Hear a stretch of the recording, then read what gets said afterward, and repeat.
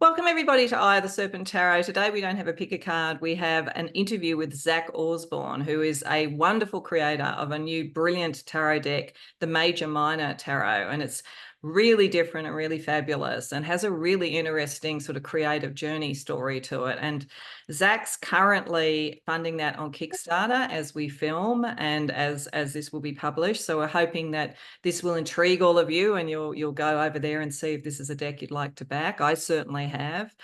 So hopefully, as I say, we'll excite you with it. But we're going to have some questions about the creative process that Zack used and his background. And then we're going to use the deck in action in a particular way. But I'm not going to talk too much about that because that connects to the way that it's creatively done and so forth. So don't want to do any spoilers at the beginning of the video. But as I say, my immense pleasure to interview Zack about his new deck. So welcome, Zack, to Eye of the Serpent Tarot. Thank you. Thank you for having me. I'm very excited to be here. Brilliant. So let's start with just a kind of general background. Tell me a little bit about your background creatively and artistically and how that led you to develop a tarot deck. Sure. So I like to say that I'm a writer first and a visual artist second. I'm also a huge technology nerd. And I love to pair new technology with writing and art. And so with the Major Minor Tarot deck, what got me started was I wanted to learn more about the tarot. Mm-hmm. And instead of memorization and just reading things and not comprehending, I decided to every day for there were some days I skipped, but every day for 78 days, in the morning I would read through my tarot literature about the meanings of the cards, and I would write a poem Mm-hmm. based off that tarot card and based off my own kind of spiritual journey and journey towards love, which I'll get to that later. Um, and around that time, I've been really getting into Mid-Journey AI, Mm-hmm. um, which is an AI generator, image generator. And I started poking around AI in 2020 when it was in its infancy. Yep. And I actually was looking back at my old generations from 2020 and to see how far it's come in just Mm. 3 years is amazing.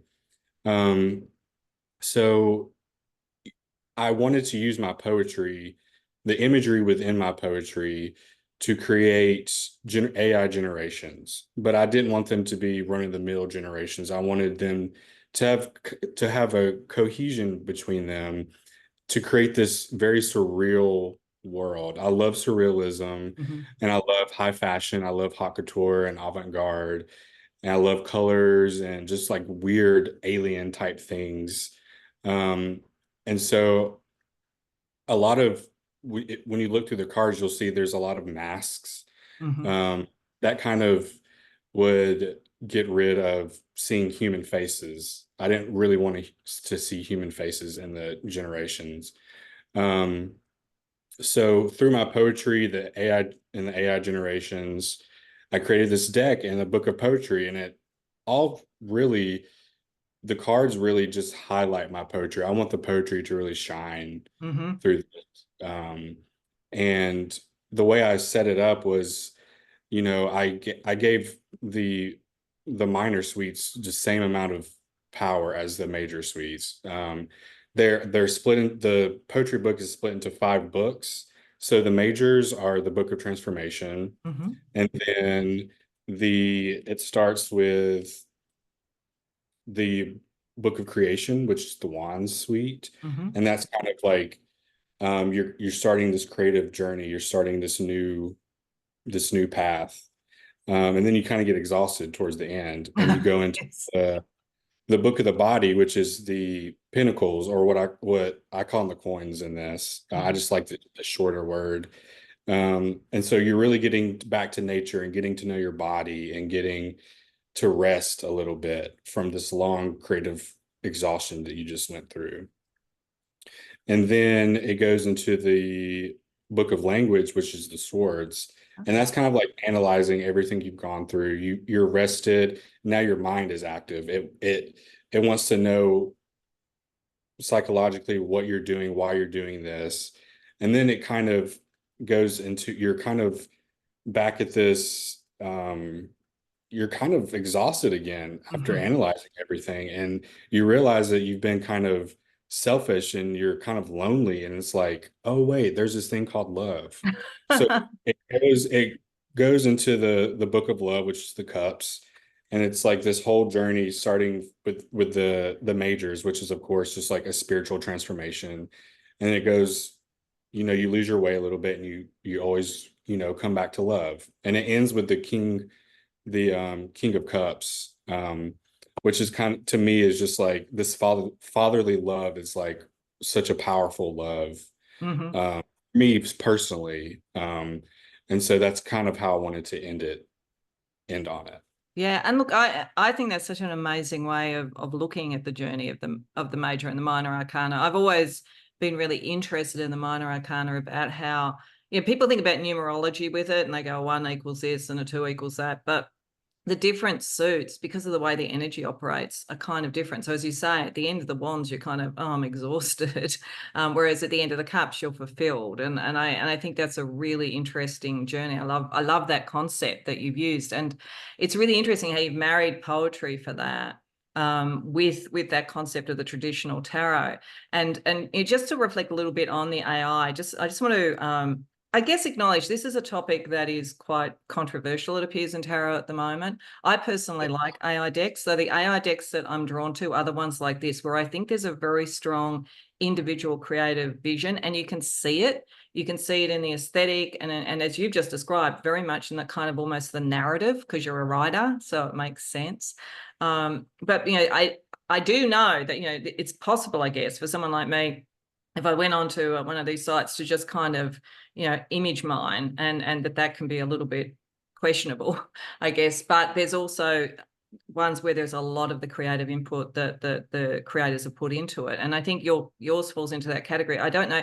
I know Kickstarter is quite strict about this sort of thing, so you need to sort of say how you've used it and so forth. So that's on your campaign. But I don't know if there's anything you want to just touch on quickly here for anybody who's watching, who's on the fence or who's got some concerns about AI, about anything else you'd like to say about how you used it?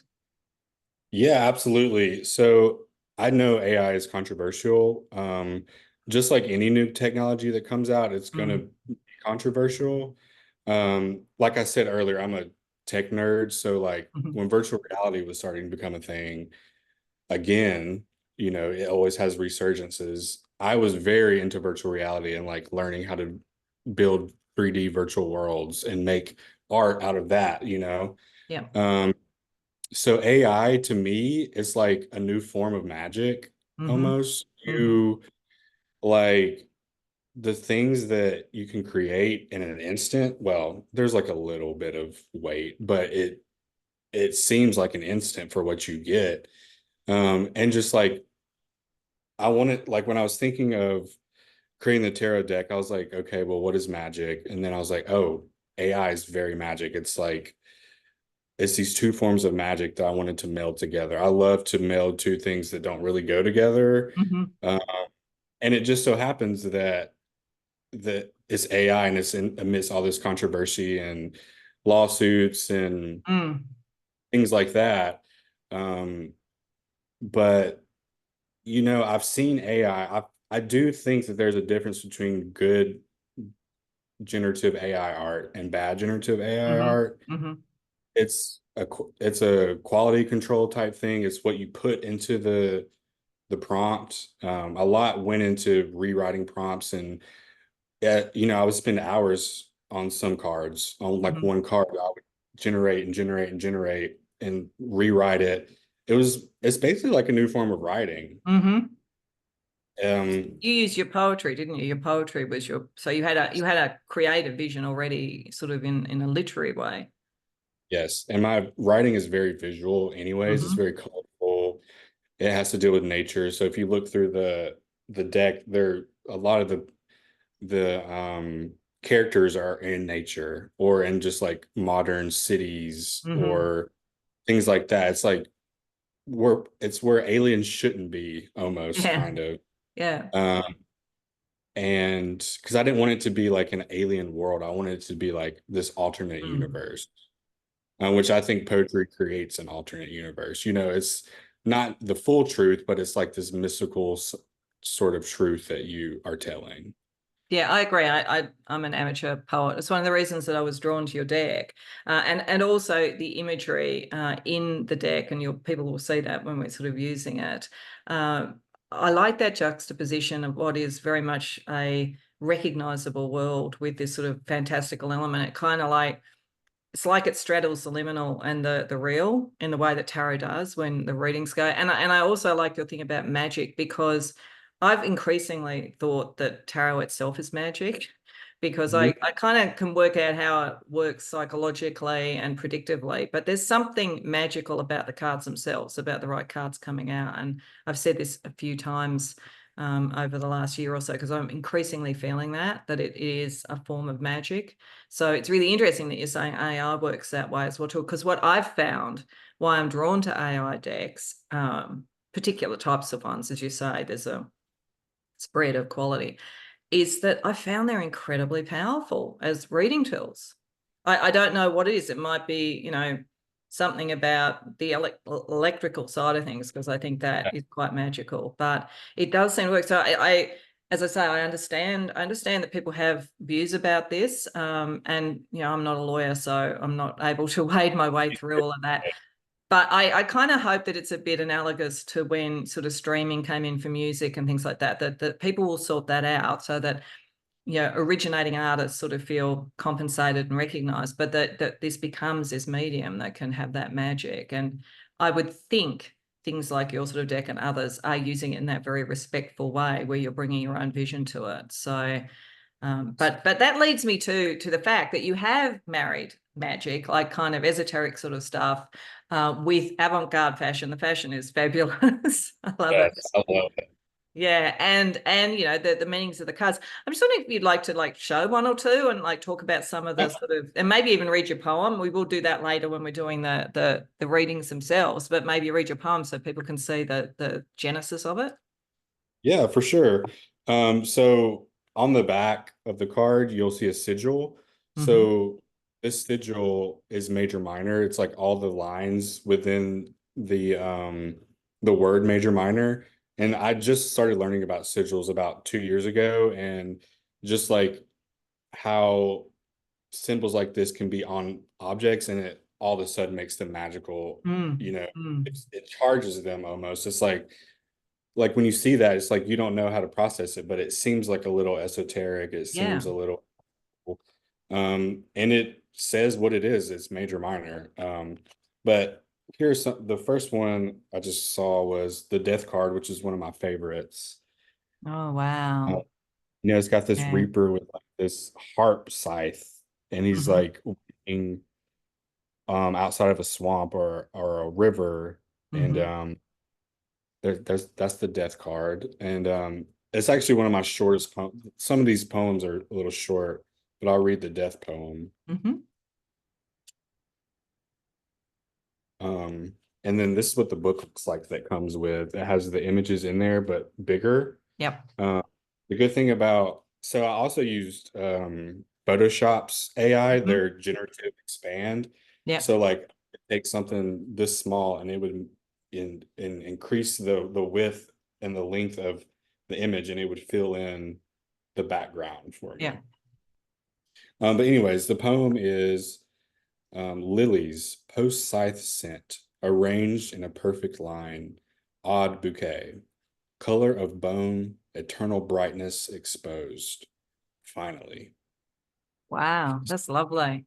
Can I just say, I don't know if you can hear it, but there's somebody like moving out. Just there's a lot of noise coming. I hope it's not getting in the way of anything. Apologies if it is. That's beautiful. I mean, and it's interesting. Like when you were showing that, it was making me sort of think with the swamp and all that. I was thinking of Charon or Charon, Back. crossing sticks and all of that kind of thing. So I can sort of see the esotericism there, but it's a gorgeous. I think that's one of the cards that's shown on the Kickstarter, because it was familiar, and I thought, oh, I really like that. Is there another one you'd Yeah. like to show? Yeah, this is the Queen's Sword. Oh, I love wow. her. She just like scares me a little bit. Queen of Swords can be a bit scary. It can be lovely, anybody who associates with the Queen of Swords, but she's smart. So, Yeah, she's very yeah. smart. She knows what she wants. I love the whenever I would do like the pages and the knights and the queens and kings, I would try to have a crown on them. Hmm. Actually, no, just kings and queens, I would try to have a crown on them. Um, but I'll would you like me to read the poem? Yes, I would love you to read the poem. So this is in the Book of Language.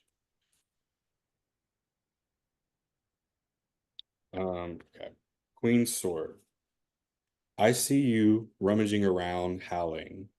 You ignored appetites of disclosure, yet you make all this noise with punctuation, splicing fabrication with hunger pangs for fun.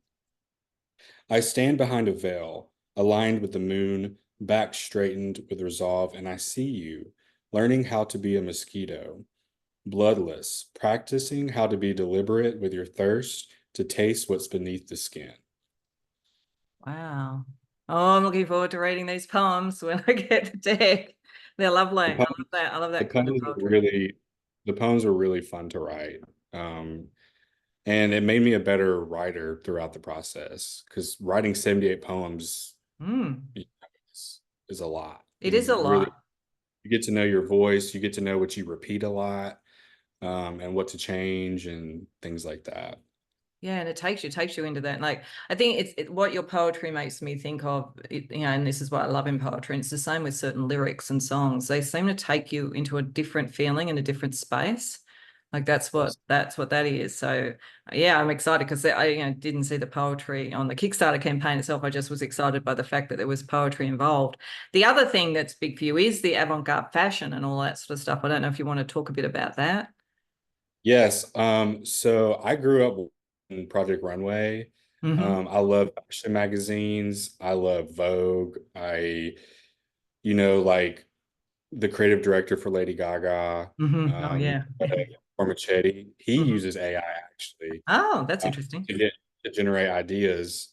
Um, so anything that's like this is kind of avant-garde. This is the Three Swords, Oh, just like wow. this like red leather or red rubber gown with this intricate headpiece. Mm.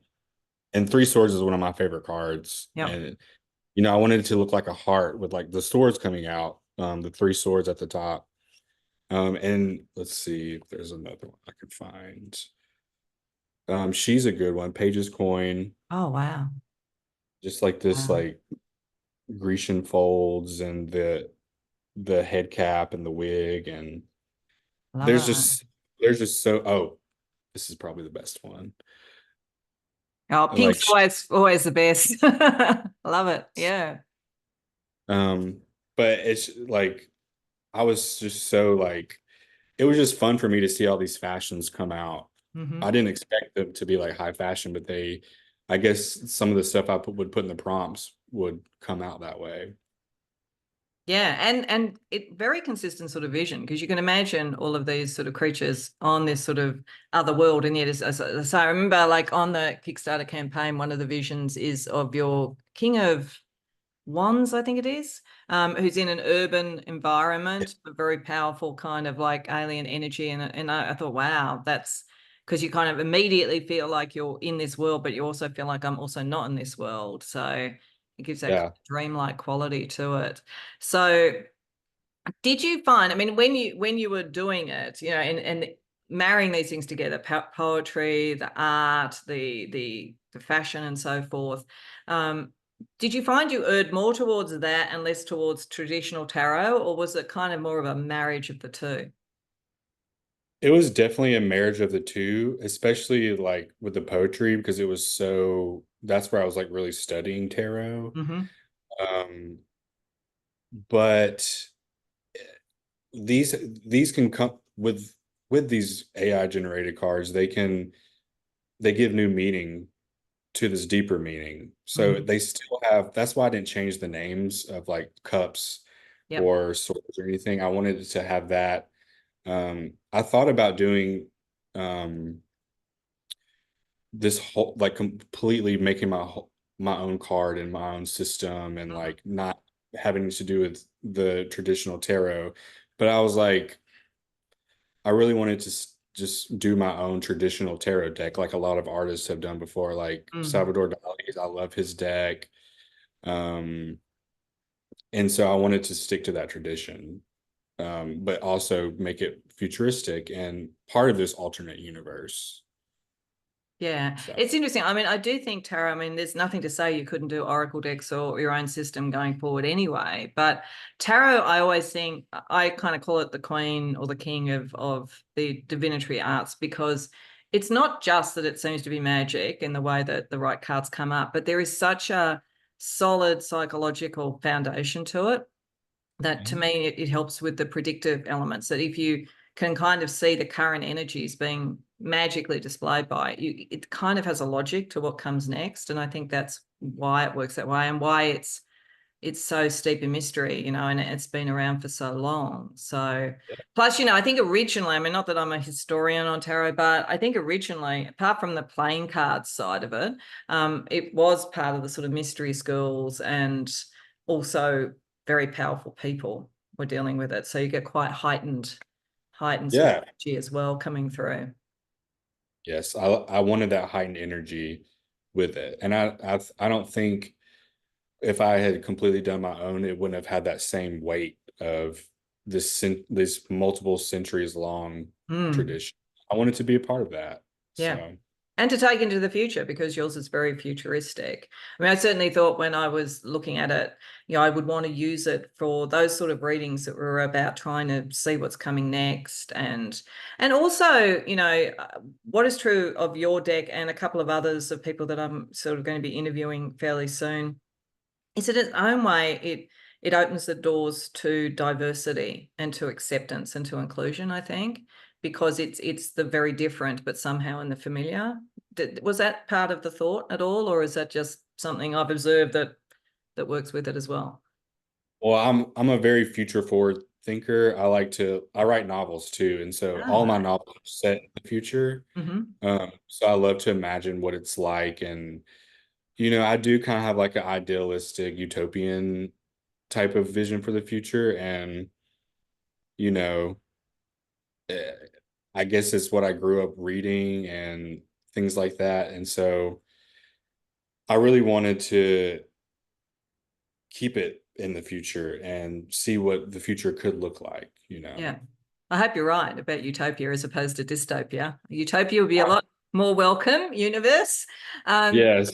It's interesting actually that you write novels, because I write novels as well. And I'm curious, given that you then sort of were doing the stuff sort of with the esoteric, one of the things that I found over the years in writing novels is that quite often the themes I wrote about would turn up either in my life or in the world a few years later. Like there seems to be something very prophetic about writing. Have you found that with yours? You just gave me chills because that happens to me all the time, especially like some of the technology I write about, it'll like all of a sudden exist, Mm-hmm. or like I'll see, I wish I would have kept track of all the examples, but it happens all the time. Mm. It's It's spooky. crazy.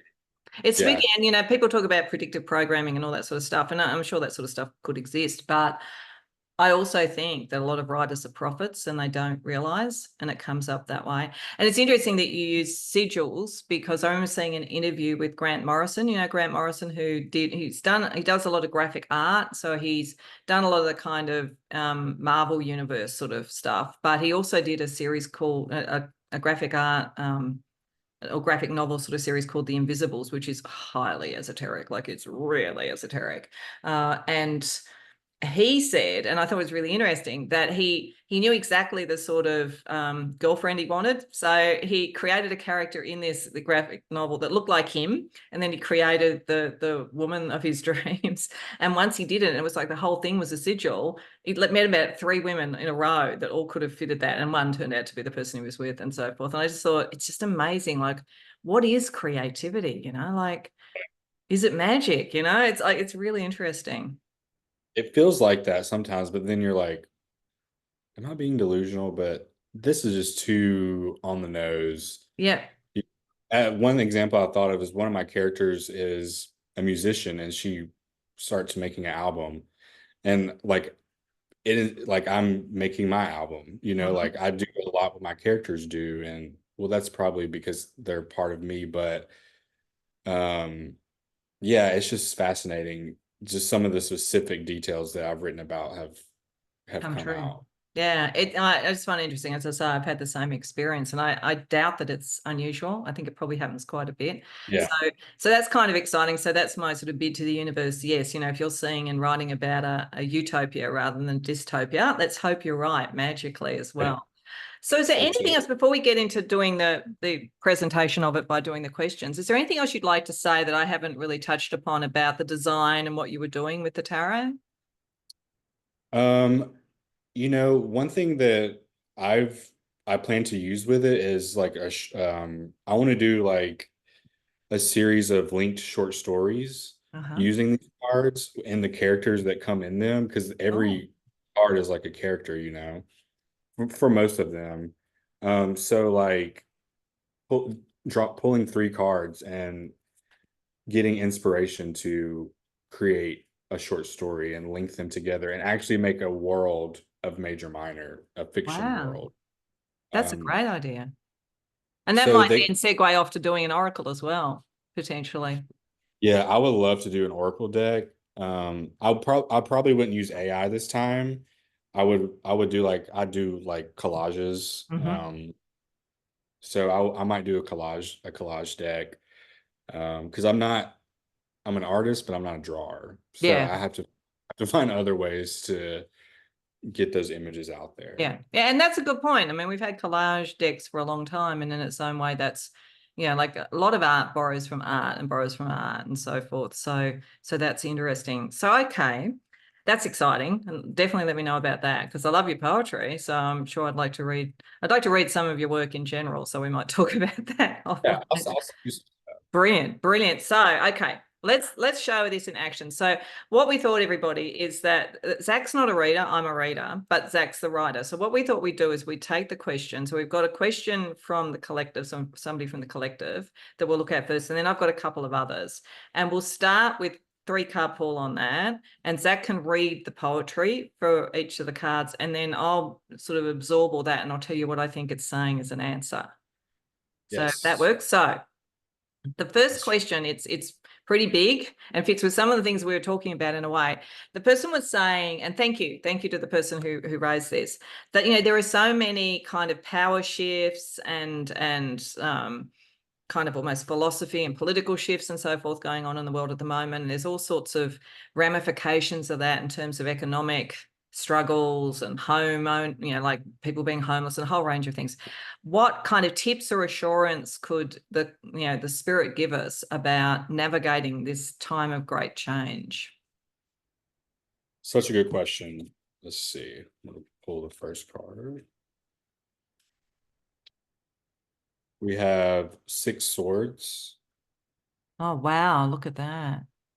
Uh-huh. Then we have seven wands. Cool. Okay. Then we have seven swords. Wow. Okay. Favorite cards. It's just a little spooky. Yeah. The Seven of Swords So is a bit of a spooky card, so yeah, yeah. some of them are pretty creepy, to be honest. Um, so six swords.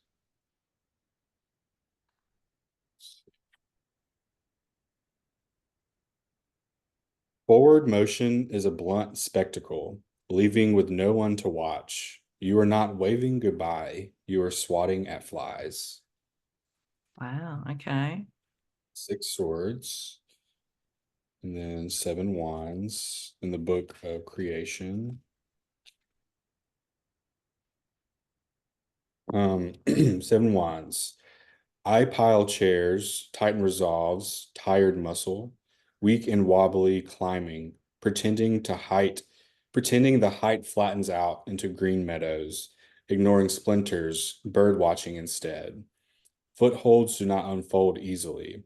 Ankle meets wood, and I'd prefer a cold drink of water. But I'm on the 16th chair and I'm cleaving myself from earth, sliced meat, pink and ready to devour, when I'd rather collect wildflowers, Mm-hmm. swaying at the top, the consequence of poor timing, attempting to bear the weight of freedom. And I'm closer than ever to the sun, practically cousins with fire. I feel like Wow. that went really well into the question. Yeah, these do. This is also what I get. And then seven swords. I have a theory. If I tiptoe quietly, without reluctance, without the rumbling of my hunger, threatening to wake the sleeping lamb, I can be a masterpiece. I am scrambling from truth's sovereignty, lying about the length of my arms hidden in wolf garment. I can be the cure for exile or the unheard aria. I can form nests for demons. Wow. Wow. These are deep. So I'm going to start firstly with your poetry and what that sort of said to me about the question. Then I'll sort of like talk about the classical meaning. But really interested me the things that really struck with the Six of Swords, this sort of concept of moving forward and swatting at flies. I think this is spirit saying in a way that a lot of this is kind of drama that we're being shown. It's an irritant, like it's almost like we're being kind of programmed to be irritated in a way and to get distracted. So I think that part of the karma, because the normal sort of, and I'm not that it's abnormal what you're doing, but like the kind of classic Six of Swords is about having a peace of mind and moving forward. So I think this is, given the nature of the question, it's saying part of this is just even buying into the drama. It's not to say the drama doesn't exist. If we then go to the Seven of Wands, there's a very physical sort of sense of what it is to do the climb and like what it is to be able to kind of get to what you're looking for, the better outcome, that kind of thing. And I've got the weight of freedom, like there. So it's saying that spirit is not saying that this is a frivolous question or anything like that, but it is saying that, like, I think focusing on that upward trajectory and believing in the upward trajectory and going for what you want, which is about freedom, is going to be more helpful than like trying to deal with all the irritants of people sort of, like, as I say, all the politics and stuff. Like I try to avoid political tarot because it just tends to be one side throwing rocks at the other side. And I think that's not helpful, but focusing on what are we trying to achieve? And then we get to Seven of Swords, which has this sort of cleverness, like, and the tiptoe quality, like that sense of like, take it, very carefully, very quietly, let's have a strategy. And I love like the thing about, like, actually, could you reread the last few sentences where you were talking about the alternatives? Because, like, I can't read my own handwriting here, but I was really struck by the fact that we determine. This is what I feel. We determine what we do with this when we have a strategy. So, if you could say those three things that you could be. Yeah. I can be the cure for exile or Yeah. the unheard aria. I can form nests for demons. Yeah. Yeah. So we could go either way. We can be Mhm. that aria, it can be beautiful, or we could end up, with our own demons and we let them fester. So I think that is basically saying a lot of this is about our choice of where we put our focus, our choice of our strategy. But then it's about action and just doing the action and focusing on what we need to do. And when we can rise above that, that's what I think that answer is about. Does that resonate to you for the cards? Yeah, I think it's like with the cards, it's like it feels like we're powerless, but there are ways to be powerful. Mm, There are ways to create action instead of being the unheard aria, mm. Yeah, There's there is a way, maybe not like on your own, but with others, yeah, you can't live in a vacuum. And it feels like we do sometimes because we're on our mm, phone. yeah. And And we have our own algorithms, and that's so like specific to us. And so we have to reach out, we have to go higher, climb those chairs. yeah. And I think the fact that, like, on either side of a wands card, we have these two, and they're sequential too, which is interesting, swords cards. So there's a thought process that helps us deal with what's the core of this. And the Seven of Wands is about competition. So it's like competing with ourselves and competing with getting towards something good, as opposed to just throwing rocks at each other. I think this is the core. We've got to actually get back to what is it to do a good life? What is that? What would that look like, as opposed to getting caught up in all the theatre that I think the media gives us around all of it. So that's profound. So let's go to another question. So I thought about, one that's maybe about all the things we're talking about, creativity and so forth. So for the collective, what advice does Spirit have for them to inspire their own creativity and their path in 2024? So if you want to pick 3 cards again. Let's do a shuffle.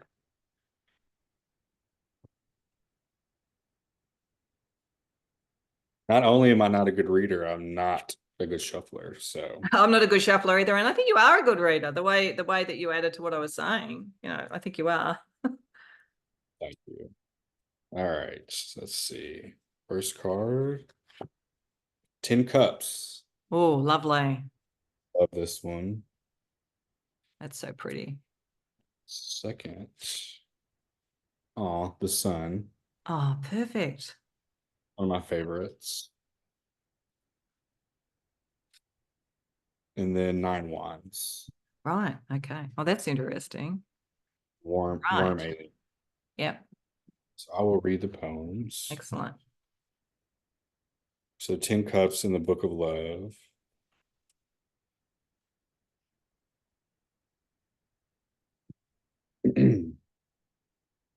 Love invaded us, mounted horses. We needed reassurance, loosened strictures, or punchy scripture that we could follow, line by line, symbols that factor in the glitter of the present moment. So when we sing together, we have a glow about us. We matched every color, and the void ignored us. So we became wind, bursting through everything with abundance.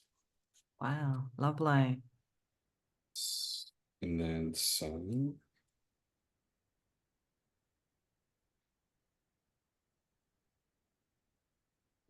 I am the sun. I rise where I want. I choose which corners to enlighten. Does my warmth take you back to those yawning summers, collecting wildflowers from others, building cities from red clay, centering pleasure before pain, cracking open each day and digging and diving into plenty without even knowing the meaning of lack? Not a clue about the idea of going back. Always in the now, feeling the pinpoint of play, tickling, no concept of time. Beautiful. And 9 wands in the Book of Creation. I continued to build a fence, despite my scarring of earth with holes. I met with worms in search of mud. They read books on loam, how to defend themselves against insects with harder exteriors, and the proper way to dodge the sun. The worms passed their knowledge to me, so I made more holes for an ever-expansive fence to surround my point of view, or my longing for change. The worms suggested that I was destroying their home, so they dug deeper into soil. I thanked them for their wisdom, for risking the possibility of losing moisture. They couldn't hear me anymore, but at least I had a fence. Wow. Okay. So what I really loved, like in the team, we're talking about creativity and following the path, and the fact that the sun came up, which to me is the path. So that's a pretty good tick for the collective around that. But the 10 of Cups, what really sort of struck me there was the singing together, like the concept of coming together and working together in some way, and that there are ways to get around if your work is not seen. Because you said, they were being ignored when they were all the same color, and then they became the wind. I think the wind to me speaks of also marrying the cups almost with the swords, with communication and that kind of thing. So coming together, singing together, but also creating something that is unique and something that is communicated in some way. Then with the sun, you're talking about, like just enjoying things, not having a lack mentality, looking at things with play, like having fun with it is the sort of main feeling I got with that. Particularly as with the 9 of Wands, then there's actually some deep work that's going on here. And what's interesting again with that, you start with the 10 of, it's like the way you're doing this is like there's almost as though there's a kind of a bookshelf operating these 3 cards, because you start on one side with the 10 of Cups and it's all about, singing together and all that, kind of finding the way to communicate.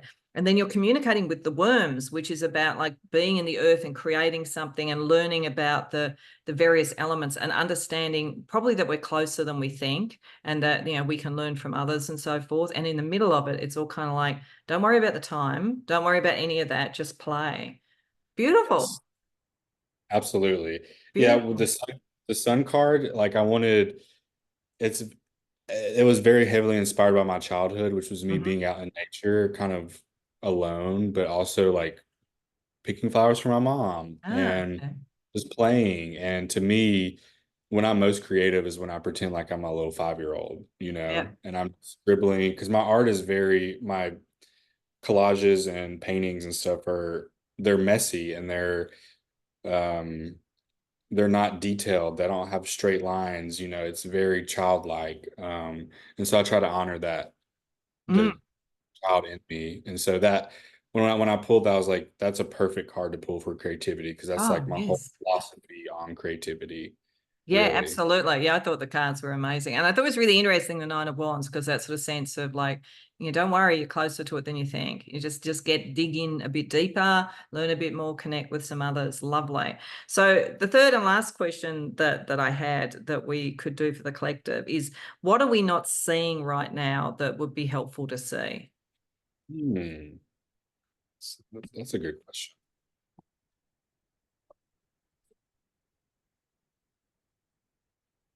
Ooh, that was a chunky shuffle. Let's see. All right. First card.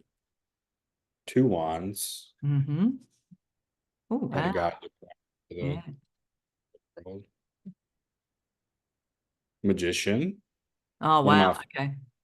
cards. He's like in this room with a bunch of like computer switchboards, but they're all like runes and lights and stuff Oh, like that. wow. Cool. Then we got 10 swords. Oh, wow. So two wands in the book of creation. What do you call this new world? You are the lexicon and the lyric, the magnet and the myth crawling in soil, attaching purpose without pride, without the desire for a prize. Will gardens be homes for birds? Who builds with you? Who dines, cuts boldness in half, lets it cool off as to not burn the tongue, the most important muscle. Wow. Okay. Magician. In the Book of Transformation. Here is my altar, the light beneath leaves, a green that aches, a dull knife, impossible to sharpen with grief, a dancing shadow, youth's reminder, a secret language commanding to be spoken, little miracles in bottles strewn about like a promise, a portal to a place where every self sets a home in surrender to the circuit of moving on, a summon to make love less ineffable, books about heaven. Wow. Okay. And then 10 swords in the book of language. My back is target practice, and I'm back to exaggerating the width and depth of my wounds. My wounds are an invention to accentuate my martyrdom. Look how delicate my anguish is. I am the saint of spraying pity like darts. I am the engineer of my own devout disobediences when I'm fully capable of allowing freedom. My wounds are my art. I can recite every color I've used to evoke awe. Wow. Okay. What I find really interesting about this is that I feel this actually kind of connects back to when we were talking about writing as prophecy, because Mm, I feel like the fact that, you know, around what do we need to see? And it almost actually circles back to the first question as well. What do we need to see? The new world, we are the lexicon and the lyric. I love that concept. And it sort of follows through. So in the Two of Wands, it's kind of like we can almost speak the truth. We can, yeah. And yeah, there is a sense in that, like looking at and understanding that you can speak it, you know, like, and magic is very powerful in terms of what we speak. So then we have the magician turning up. And he's sort of saying about our secret language, and it's about what we move on from and what we don't need to kind of get caught up in, understanding we create our world rather than we're in response to our world. As I say, kind of connects back to the first question. Then with the Ten of Swords, it's like when you have that amount of power, like, and I do think this collective, I've got to tell you, the people that I read for in this collective are pretty powerful, comes through in the readings. When you have this kind of power, you do have to be really careful that you don't turn it on yourself. Because if your words and the way you think about things, so you could become a martyr, you could become, your wounds could become your art, as you were saying. It's sort of like we need to be aware that the same words that could create our future in a positive way can create our future in a negative way, and start to understand that power and the magic that the collective has. That's what it seems to say to me. And how important words are, which circles back to creating a tarot deck that came from poetry. So Yes. as I say, cards are magic. Like that all kind of comes together in a perfect whole, which is really wonderful, and a great message, I think, for the collective. So, and a great demonstration of how poetry and the beauty of words can connect with the beauty of art. So thank you so much for that. Thank you so much for the interview. I will have your Instagram and the Kickstarter in the description box. Is there anywhere else that people can find you that you want to talk about?